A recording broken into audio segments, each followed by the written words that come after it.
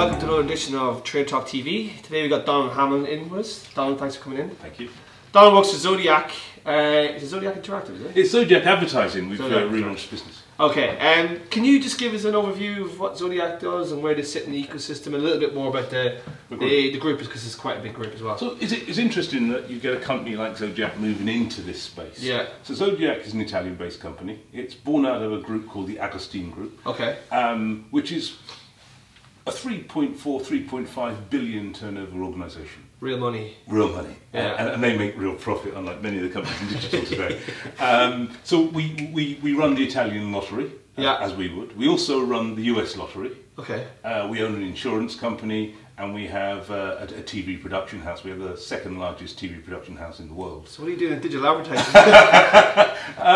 It's all about media. Yeah. So with a TV production company, the idea is to diversify and grow your assets. Mm-hmm. So in between doing things like Wife Swap, Secret Millionaire, and In-Betweeners, we also want to move into the digital space, mainly in the longer term to look at video. Yeah. Because with being a TV production company, we have the rights for thousands and thousands and thousands of clips of video. So effectively you have a big bank of content, and there's a huge opportunity around monetization. So the company's looking at ways to kind of move into the ad tech space. Into digital space, yeah. Okay, so today we're going to talk about the part of the business you're on, which is working with publishers. Yes. So we want to talk about data and the collaboration of publishers around data and how that might work, and give us an idea of why it's failing at the minute and where it might actually be achievable in terms of a collaboration between publishers. So we want to create a publisher's trading desk. Okay. But we want to give it a real spin. Right. Not one of these wonderful we can sell in 10-year spins, but a real spin that actually works today. Okay. And that is all around central data, understanding customer behaviour and then using that information to drive customer action. Yeah. And if we can start to do that and push that through publisher information that exists, we can create real value within the chain. And we're not talking about taking revenue out of the chain like many of the organisations do in today's marketplace. We're very much talking about putting value back into that chain and giving the publisher that value. Or how's that achievable then? So let's talk about it. Data is gold. How, is it gold? It's gold. Fool's gold or real gold? No comment. So if we look at the market today, lots of the publishers in the marketplace are saying we want to build our own data set. Yeah. And then you've got to talk about great. And the first question that I always ask is, well, what are you going to do with it? Mm. And they go, well, we're first of all going to build it. So the first thing that when you start to look at this problem is you look at volume. Okay. So take any publisher in the marketplace and let's look at, and if you're watching this the FT, I apologise. So we use the FT as the example. We use the FT as the example. Okay. And I apologise to the FT if some of these numbers are incorrect. We'll just get it right, but right in and complain if you want to. Yeah, right into to you and complain. Yeah. So I believe that if you look at the UK-based audience of the FT, online, digital, on a month-by-month basis, and as many sort of refraining qualities as possible, you're probably looking at 500k, 500,000 people. Okay. Yeah. Yeah. But to do any real targeting on those 500,000 people, you could do a mass and just go, I want people to read the FT. Great. But you probably want to get a bit more granular than that.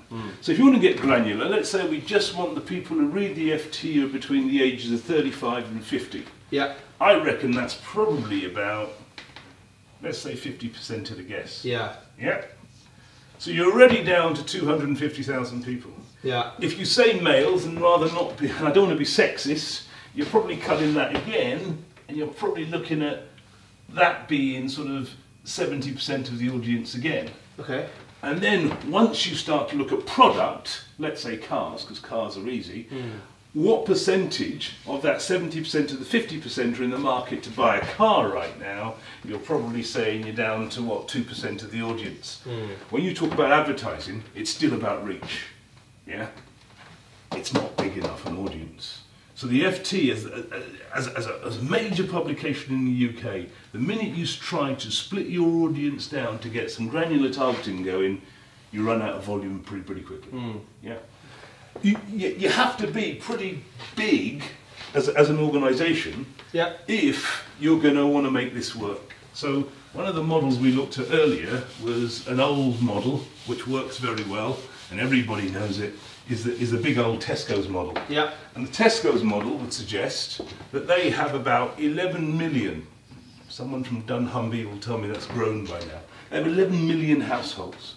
UK is up to about, what, 23 to 26 million households right now. Yeah. Yeah. So they have, in essence, half the marketplace. Yeah. So when you start to split that down, no matter how you want to split it, no matter how granular you want to get, you're still left with volume. I want to hit mothers who have children between the ages of 1 and 5. You're probably still left with over 250,000 households that you can target with that granularity. Which is pretty granular. Pretty granular, but you've got the volume. Yeah. Yeah. So Yeah. when you start to market and you do your market analysis, that you'll hit those households, and 10% of those households will respond, and of those 10%, 5% will convert. You're still left with value. Yep. Against the FT model, where you're left with 2 people in Billericay that you can knock on their door and drop the car in yourself. Sorry, FT, I apologise again. It's not my fault. But if publishers have a problem in terms of scale, I mean, what can you do in terms of how could they? What are you suggesting that Tesco's obviously a huge scale organisation with recency data, like, I mean, everybody's using it on a day-to-day basis, club store cards, etc. And how do online compete with something like that? Like, I love these letters, and most people in online look at me and say I'm mad. Recency, frequency, and monetary value. RFM. We'll be talking about RFM all the time because those are the most precious things that you have when you start to look at data. Yeah. If it's not recent, yes, I looked at a car 7 months ago. I've got it now. I'm not going to look at another one for another 4 years. Frequency. If I'm looking at a short space of time in the market, when it gets drawn out, I'm not. Monetary value. How much am I going to spend? How much money can I drive out of this customer? Yeah. If you fail to understand that, you've just got a pile of information on the floor. There's nothing there. So going back to your question, the idea is that you have to bring lots and lots of different segments together. If you look at where we sit today, you have lots of organisations persuading very small publishing companies to build their own databases and transact their data and make the £1.50 a year profit from that data, spending probably £500,000 to build that data centre. Don't do that. don't do that. Don't do that. Okay. So let's go back. Let's go back into the real data land where we used to make money out of data back in the 80s and 90s, where people like Axiom and Equifax used to exist to make money. What you did was you collaborated. I want to talk to you about a very funny thing we used to do. We have guarantee cards. So 80s, 90s, if you bought any electrical item from BT, from Sony, if you went on an airline, you filled in a guarantee card, and that guarantee card was data captured by companies such as CMT and ICD, that's Axiom today. So what you've got was a collective of lots and lots of information from lots and lots of different organisations being put into one great big pool. What the organisations got back was great research on market and who was doing what in market. Yeah. What the data companies were left with was a resellable, clean, recency, frequency-based data set that gave you real depth of information on the consumer. Yeah. How can we do it online? How can we do it online? So the argument is that you take many different publishing organisations and they start to work together. We can learn from the French here a little bit, which is odd to say.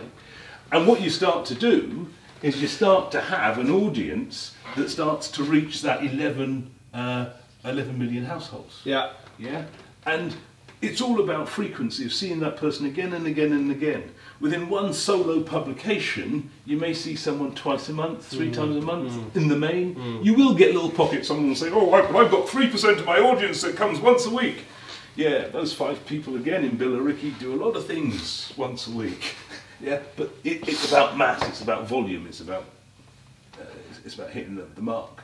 But by bringing lots and lots and lots of publications together to share the data assets, what you start to do is you start to see people in different spots on a regular basis.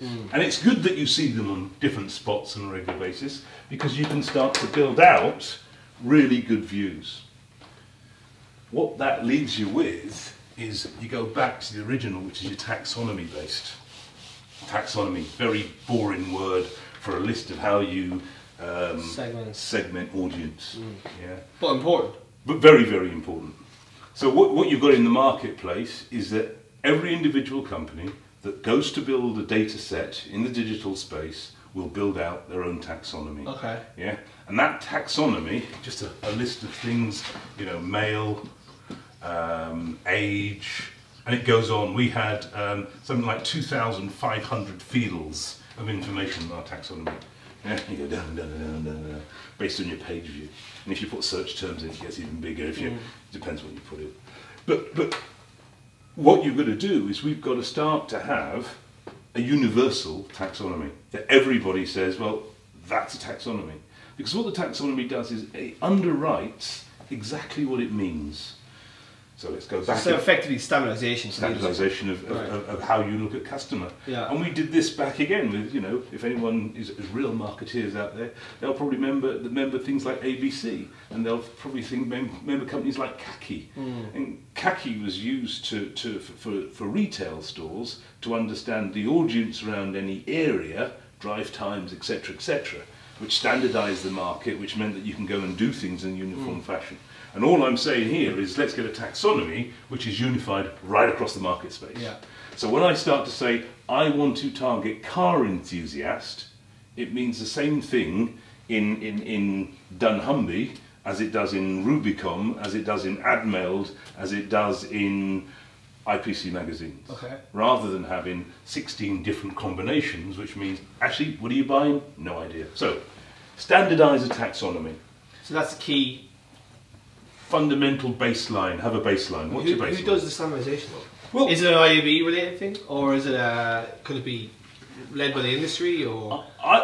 If I had choice, I would go to one of the big old boys, the Axions, the Experians, the Nielsen's, the ComScores, and I would say, guys, as an industry, IAB if you like, I'm going to commission you to create a universal taxonomy. Yeah. Yeah. And that universal taxonomy will then underpin everything we do online and digital data. That's what I would do. Right. But I come from a sort of utopia point of view, so there are probably lots and lots of financial reasons why not. So, I mean, this all sounds very well, and I mean, French are very good at, you know, collaborating. Very good at collaborating. That's what they do. Like, you know, they collaborate whatever side they need to. But my point is, in the UK and the US, there seems to be less of that because everybody seems to be competitive. And how would you bring that together? And that's the issue. I mean, is it you know, who brings that together, and when does it happen? Like, how does it happen? This gets really philosophical. Philosophical. Yeah. Thank you. Who's the enemy? Yeah. Publisher groups are being threatened by a number of different groups of people in the marketplace. The first piece are the tech players. They all want their piece of the pie. The second piece are the bigger boys in the space. They're not exactly publishers. So you look at Google, you look at Facebook, you look at all of those sort of organizations that take shitloads of data and cram it all together and then use that data to drive advertising and audience segmentation. That's what you're up against. That's where the advertising dollars are going today. You have to compete against that, Mr. Publisher. And if you don't compete against that, unique developed content in this space will be dead. And we won't be able to fund it anymore. On the current model, advertising model, the FT, as it moves more and more to digital, will not be able to fund 15 reporters around the world, giving us real commentary. We'll rely on a bloke in Billericay with an iPhone, you know, giving us pictures that cannot be corroborated, as we get on the news today. If that happens, we're in trouble anyway. So publishers, the enemy is no longer what you considered as being your direct competition. The Telegraph, I give it, is no longer in competition with the Guardian. They're in competition with Google and Facebook and Amazon and to a certain extent Apple as well. So these are the the sort of competitive lines have shifted in the space, and they don't realise that. And as a result, they should be thinking about talking more together. As with Europe, collaborate or die. Yeah, that's the message. It's true. Yeah, because the Chinese are coming and the Indians are coming. Collaborate or die. Yeah. So all I'm suggesting is that, not from a media sales point of view, you can keep that separate and siloed, and that's your uniqueness. I sell my premium. You can hold that to your heart. You can beat your chest in the space. What I'm saying is, feed your data into one single central reservoir that has a right to segment that data and to start to push that data back out to you in a form which is usable and actionable, but also has a right to actually fund that data and give you more assets to that data and more value to that data. Yeah. So let's do it in simpler terms. The idea is that you create one single data repository. Within that repository, there'll be unique assets that are unique to the individual publications, which they can use for their targeting purposes and marketing purposes. But added to that, you can add universal segments which will help them monetize that information at the core. Okay. Yeah? And you can feed that information back. That's a crossflow. Yeah. But then in the middle, there are lots of pieces of data from everybody that could be brought together that can then feed a model. And that model says that it will drive segmented, targeted advertising back into the whole, yeah? So only people that collaborate within the ring-fenced wall garden will benefit, but then you can target across the whole space, and you can look at different audiences across the whole space. Okay. And that's where you start to make money, and that's where you start to make a real difference. All right, so obviously data collaboration needs to happen for publishers to make more money and stay competitive. Yeah. And yeah, it's great saying I'm going to build my own central reservoir with my 2 customers that come back and I see them on a recurrent frequency, but I suggest that you're going to spend more money on building the repository than you are going to in the next 100 years on profiting from it. Yeah. And I think this just is a more financial way to look at it, remembering that your competitors, Facebook, etc., have shit more data than you have today. All right, this is food for thought for the publishers in the market and in Europe. Donald, thanks for coming in today. Appreciate your time. And that was Trade Talk TV, and we'll see you next week. Thank you.